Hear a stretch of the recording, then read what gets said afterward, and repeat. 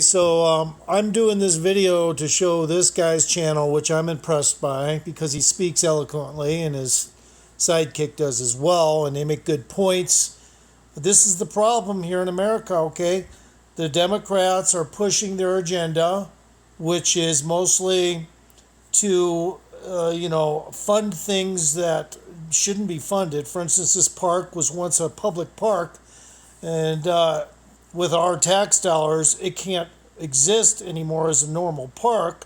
So some nonprofit charity was given the right to put all these homeless people here. It smells like bodily fluids and, guttural disgust. And the reason why is because these homeless people, they go to places to feel safe, I guess. Bigger locations. Modesto is this place here. But in other cases, bigger cities, more homeless are in the bigger cities. And the thing is this: you cannot find rent in any low-income place if you don't make 3 times the income. So what you do, though, and what I found out was that to find a place to rent, you literally have to get out of the bigger cities, bigger towns, go to the more rural areas. If you're homeless, you're going to be able to find possibly even some work as well. You're not going to have the same restrictions because in many cases, these small rural areas, they just need somebody to rent whatever they got, and they're not going to worry as long as you got income coming in. Of course, I'm not saying that about all smaller towns, but not all of them follow the same protocols. And so it's kind of like working under the table. You have to do what you got to do. I mean, if you have to work under the table, you also have to go live under the table. You got to go live somewhere where there aren't normal, overpopulations of homeless people. The reason why is because that's the places you're going to find work. Those are the places you're going to find the rent. You're going to be able to get into a place. You're going to be able to rent a room. Now, out here where I live, it's rural, but it's run by a snobby homeowners association type of deal. So you're not going to find probably those same rent deals out here. But if you go into like a place like, let's say, Lordsburg, New Mexico, not saying you're going to find the work necessarily that you want.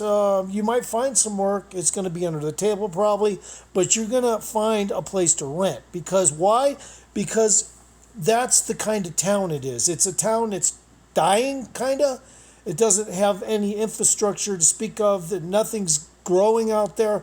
But the one thing they do have is a need for somebody to rent and to keep the city going. Otherwise, they have no revenue. So you have to pick certain places to live. If it looks ratty, the chances are you're going to see meth heads and the whole 9 yards. But at least you might be able to find a place to rent. But because this guy's is explaining to you in detail. I want you to hear it, okay? All right, so I want you to hear it, so hold on.